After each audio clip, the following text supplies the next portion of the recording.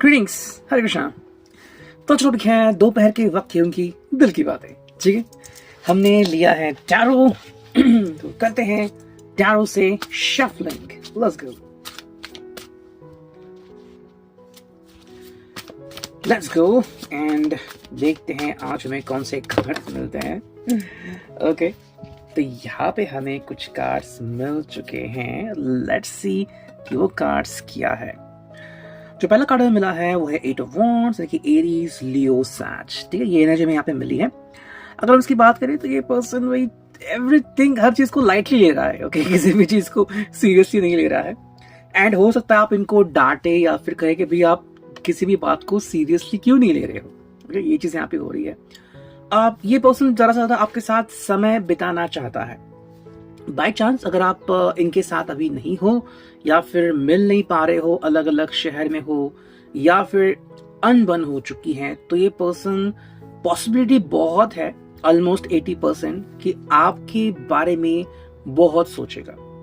हाँ, बाकी काम भी हो सकते हैं, लाइक फ्रेंड्स अगर आ गए हैं, कहीं पे कोई मूवी गया है या फिर गेम खेल रहा है, पर दिमाग में सवाल जवाब आ रहे हैं कि आपने इनसे बात क्यों नहीं की, आप इनसे मुलाकात क्यों नहीं कर रहे हैं, ऐसी कौन सी बात है, कौन सी मजबूरी है। तो वो चीज कहीं ना कहीं चल रही है। बट मेरे हिसाब से यहाँ पे ये पर्सन जो है वो चाहता है कि आप इनको समझे। ठीक है, मूड शिफ्ट या फिर मूड स्विंग्स सिर्फ आपके नहीं होते, इनको भी तकलीफ होती है एंड ये कई बार अटक जाते हैं कि अब मैं करूँ तो क्या करूँ। प्लस अपने फ्रेंड्स को भी तो वो नकार नहीं सकते, बिकॉज जब उनको मुसीबत आई थी उनको फ्रेंड्स ने ही उनकी हेल्प की थी। तो ऐसे फ्रेंड्स को समय नहीं देंगे तो किसको देंगे। तो वो चीज यहाँ पे दिखती है। हालांकि जिस पर्सन को आज ऑफिस है वो ऑफिस में रहेंगे, बट जो आपके साथ है वो किसी भी चीज की फिक्र नहीं करेंगे। उनके हिसाब से भाई मैं आपके साथ हूँ, दैट्स इट, मेरे लिए इंपॉर्टेंट है, अब जो भी आप कहोगे वो इंपॉर्टेंट होगा। ठीक है, ऐसी उनकी सोच हमें दिख रही है। Queen of source, Gemini, Libra, Aquarius.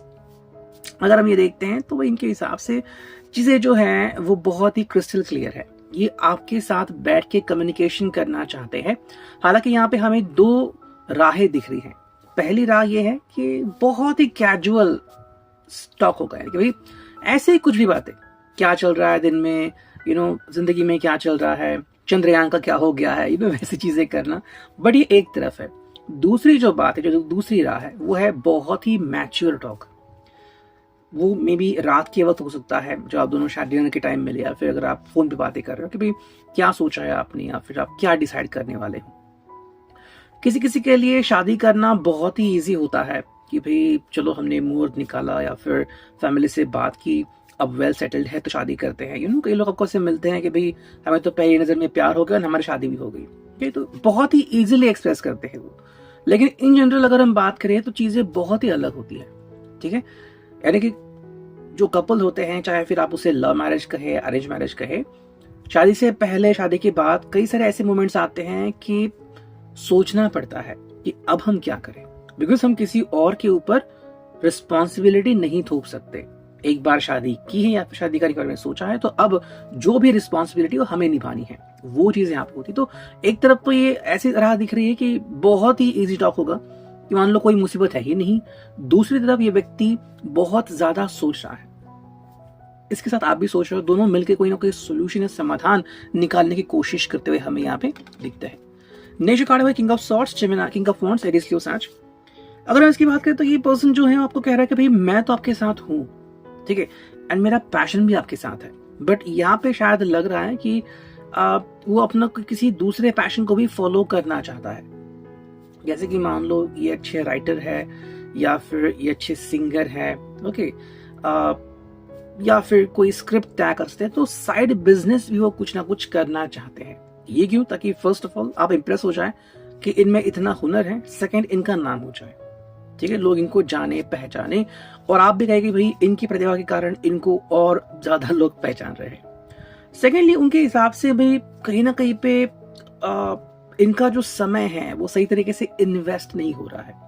मान लो अगर एक किसी हॉबी में खुद को इन्वेस्ट कर लेंगे तो उनका जो दिल है, जो फ्रस्ट्रेशन है दिल में, वो निकल जाएगा और फिर जो आपसे बातें होंगी वो बहुत ही स्पष्ट और क्लियर होगी।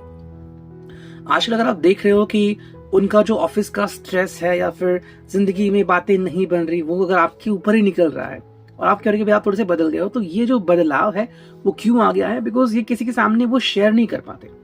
अब अगर वो हॉबी क्रिएट करते हैं या फिर दूसरा कोई पैशन उसको फॉलो करते हैं, तो कहीं ना कहीं वो स्ट्रेस वहां पे निकल जाएगा। तो ये एक आपसे कनेक्टेड बात है, इसलिए मैंने कहा कि चलो आपके साथ शेयर करूं। नेक्स्ट कार्ड मिला है वो द स्टार है कि यहाँ पे आप दोनों की होप दिखती है, आशाएं दिखती है।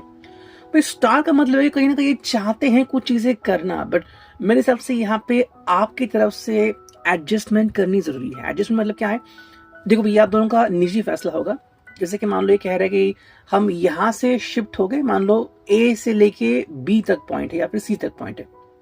वो कह रहे हैं हम ए में रह रहे हैं, मेरे ख्याल से बी या सी में चले जाते हैं, और आप अगर उसके लिए रेडी नहीं हो तो फिर वहां पे इश्यूज आ सकते हैं। वही बात यहाँ पे मैटर करती है। ये कह रहा है कि हमें शिफ्ट होना है, आप कह रहे हो शिफ्ट नहीं होना है। ये कह रहे हैं नई जॉब पकड़नी है, आपका कहना जॉब नहीं पकड़नी है। ये कुछ और कर रहे हैं, आप कुछ और कर रहे हो, तो वो चीज यहाँ पे हो रही है। ठीक है, ऐसा नहीं कि आपको रिस्पेक्ट नहीं करते, आपकी रिस्पेक्ट करते हैं वो, बट मन में फिर इनके सवाल आता है कि करना क्या है फिर, है ना, सोल्यूशन क्या मिलेगा, ये इनको बेसिकली नहीं पता, और उसी के बारे में आज इनकी सोच चल रही है। हो सकता है आपसे वो क्लियरली बातें करे एंड आपसे पूछ रहे कि आप किस तरह की जिंदगी चाहते हैं, फिर आप क्या एक्सपेक्टेशंस रखते हो सामने वाले से।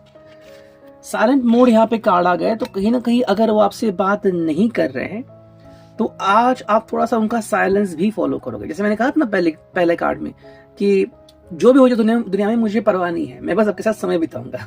तो ऐसे में वो बहुत ज्यादा शांत रह सकते हैं, बिकॉज पहली बात वो एंजॉय तो बहुत कर रहे हैं बट कुछ बताना भी चाहते हैं। दोनों चीजें एक साथ नहीं हो सकती, इसलिए वो एंजॉय कर रहे हैं एंड जो सवाल पूछने वगैरह वो चीजें मन में ही रख रहे हैं। सेकेंड जो कार्ड है वो है इमोशनल डिस्टेंस। तो वो चीज हमें यहाँ पे दिख रही है कहीं ना कहीं पे, या तो इस पर्सन ने खुद ही इमोशनल डिस्टेंस तैयार किया, फिर हो सकता है कि आपको ऐसा लग रहा होगा कि ये पर्सन जो है वो मुझसे थोड़ा सा दूर हो गया है। दूर क्यों, किस लिए? बिकॉज मान लो अगर आपसे बातें करने भी लगे कि ये करना होगा वो करना होगा, अगर आप उसके लिए रेडी नहीं हो तो इनको भी नहीं पता कि सोल्यूशन जो निकालना है वो कैसे निकालना है। ठीक, यानी कि ये आपको प्रेशराइज किसी भी हालत में नहीं कर सकते। हालांकि जो इनकी जिंदगी में हो रहा है वो थोड़ा सा कुछ आपके लिए शॉकिंग हो सकता है। जैसे कि मान लो अचानक से आपको कह रहे कि भाई इनको बैंक में नौकरी मिल गई, या फिर अचानक से प्रमोशन मिल गया है, बड़ी चीज है, लेकिन अब उनको कहीं किसी और ऑफिस में जाना होगा। तो और ऑफिस में जाना होगा वो तो अलग बात होगी, है ना, तो इसलिए वो शॉकिंग दिख रहा है। नेक्स्ट कार्ड है द बर्डन। तो हाँ, कहीं ना कहीं बर्डन है इनके ऊपर कि कुछ चीजें हैं जो आपके साथ शेयर करनी है, कैसे शेयर करें, आप उनके लिए रेडी हो ये जरूरी नहीं है। तो शायद किसी प्रकार का बर्डन ये महसूस करोगे कि कैसे बताया आपको। अच्छा, नेक्स्ट कार्ड हुआ इनविटेशन। तो चाहते हैं कि आप इस चीज को एक्सेप्ट करें, इनकी जिंदगी में आए। ठीक है, एंड मे बी कुछ ऐसे भी लोग होंगे जो आपको उनकी जिंदगी में बुला तो रहे हैं, बट जैसे आप उनकी जिंदगी में जाओगे आपको कुछ ना कुछ एडजस्टमेंट करनी पड़ेगी। जैसे कि वो कह सकते हैं आपको कि अपने कपड़ों के ऊपर काम कीजिए, अपने लहजे के ऊपर काम कीजिए, या फिर आपका जो खाना है आपको बदलना पड़ेगा, तो ऐसी कुछ चीजें यहाँ पे हमें दिख सकती है। बाकी तो आपका डिसीजन मैटर करेगा कि फाइनली आप क्या डिसाइड करते हो। नेक्स्ट हम देखते हैं, ये जो दूसरी ओरेकल मिली है, ये पर्सन पैशनेट है, इसमें कोई दो राय नहीं है, पैशन इसको फॉलो करनी है। लेकिन जो चीज यहाँ पे इंपॉर्टेंट है वो है लॉस्ट। ये एक फीलिंग भी है यहाँ पे, या तो आपको खो चुके हैं या फिर उनको लग रहा है कि भाई कहीं ना कहीं पे चीजें जो है वो मिसअंडरस्टैंड हो सकती है। जैसे मैंने कहा ना कि या तो आपके साथ है अभी, या तो अगर आपसे मिल नहीं पा रहे हैं तो लग रहा है कि भाई मैं क्या कर रहा हूँ फिर, और कैसे आपको बता दिया जाए कि क्या कर सकते हैं। ऐसे में एक ही चीज उनके पास रहती है, वो है इस रिश्ते को नर्चर करना, इस रिश्ते के लिए ही बहुत सारा काम करना। That is important thing. और इसलिए जो है वो अपना जो स्पिरिट है, यानी कि भाई अपनी जो पावर है वो बचा रहे हैं। आपको बताना चाहता है कि आप इनके लिए बहुत स्पेशल है। ठीक है, ये उनके लिए काफी इंपॉर्टेंट है, बट इसके बाद आपका निर्णय क्या होगा? क्या आप इनके हर डिसीजन को सपोर्ट करोगे, या फिर आपका भी खुद का कोई पर्सनल डिसीजन हो सकता है? ये देखना काफी मैटर करेगा। सो आज का reading, I hope it will resonate.